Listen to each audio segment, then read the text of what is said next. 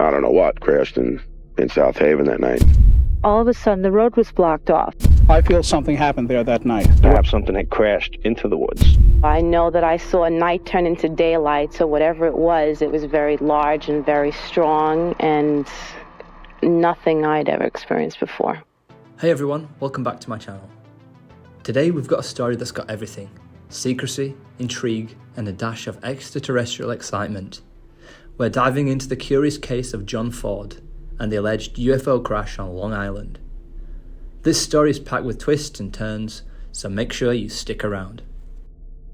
Our story begins with a man named John Ford. He's an ordinary guy with an extraordinary tale. John had just finished a long day at work. He was an engineer by trade, used to solving complex problems and dealing with technical details. After a really hard day at work, Ford was looking forward to a relaxing evening at home. He left the office, grabbed a bite to eat, and was ready to unwind. Little did he know, the evening was about to take a dramatic turn. As Ford settled into his evening routine, he was suddenly jolted by a thunderous noise.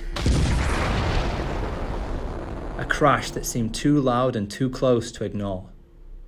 Curious and a bit shaken up, he decided to check it out. Ford followed the sound to a secluded area on Long Island, just a short drive from his home. With John being a curious individual, he quickly got on his boots and drove to where he heard the sound. As he approached, he saw smoke billowing out from the forest. What he saw next was nothing short of astonishing. The wreckage was glowing and scattered. He stated that what he saw was almost like a breathing thin metal. He described that the air was almost filled with a sort of energy that made the hairs on his arms and legs stand on end. In addition to this, there was an almost electric sound that also filled the air. Just as he realized that what he could have been looking at was a UFO, military personnel arrived at the scene and aggressively instructed him to leave the area immediately, and even pointed a gun in his face. More soldiers, trucks, and equipment started to appear, setting up a perimeter around the crash site. It was clear they were trying to contain and control the situation, and Ford felt a chill run down his spine. Moments later, John noticed that as a result of the crash, several trees near the site were on fire, and the flames were getting bigger and bigger. Ford, ever the curious engineer, watched from a distance, trying to piece together what was happening. He noticed strange metallic debris all around the site. He picked up a few pieces and popped them in his pocket. He witnessed what appeared to be advanced technology that was unlike anything he'd ever seen.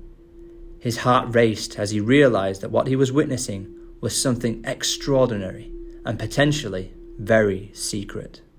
Ford's instincts told him that this was more than a simple crash. He began gathering information, talking to locals, and documenting everything he could. He saw this videotape leaked by a government defense subcontractor who claimed it was shot at the site of the crash. I managed to get some fairly impressive video, what I firmly believe to be a downed extraterrestrial object. On the night of November 24th, I myself, who lived 3 miles from South Haven Park, lost my electric power and cable TV, while large military helicopters were overflying the area. Suffolk County police officer had come into the building, asked him to use a payphone, and he also seemed upset. He just said that there was some kind of UFO or something that flew over West Babylon and had headed east and crashed in South Haven Park. All of a sudden, the road was blocked off. I've never seen the fire department really block the road that heavily. And especially it was a strange time at night. And the other part that was curious was that there were no sirens going. It was going on for like 3 nights in a row with the helicopters and searchlights looking in the park. Something, I don't know what, crashed in South Haven that night. I feel something happened there that night. Whether or not it was a UFO or something from one of our own aircraft, I don't know. But I firmly believe that something did happen. And I believe with the continuing publicity of the event, it will unravel more and more information. I know that I saw a night turn into daylight, so whatever it was very large and very strong, and nothing I'd ever experienced before. The police officer was describing to his desk sergeant that there was a trail of trees and telephone poles. He said that were all severed 8 to 10 feet high. He said, and there was a path going into the woods. That's why he thought perhaps something had crashed into the woods. According to Ford, he discovered a web of secrecy involving alien bodies and advanced technology being recovered by the military. He soon went public with his findings, publishing articles and giving interviews. Ford claimed that the government was engaged in a massive cover-up, trying to keep the truth about extraterrestrial life hidden from the public. His detailed accounts of secret meetings and high-level discussions only fueled the mystery.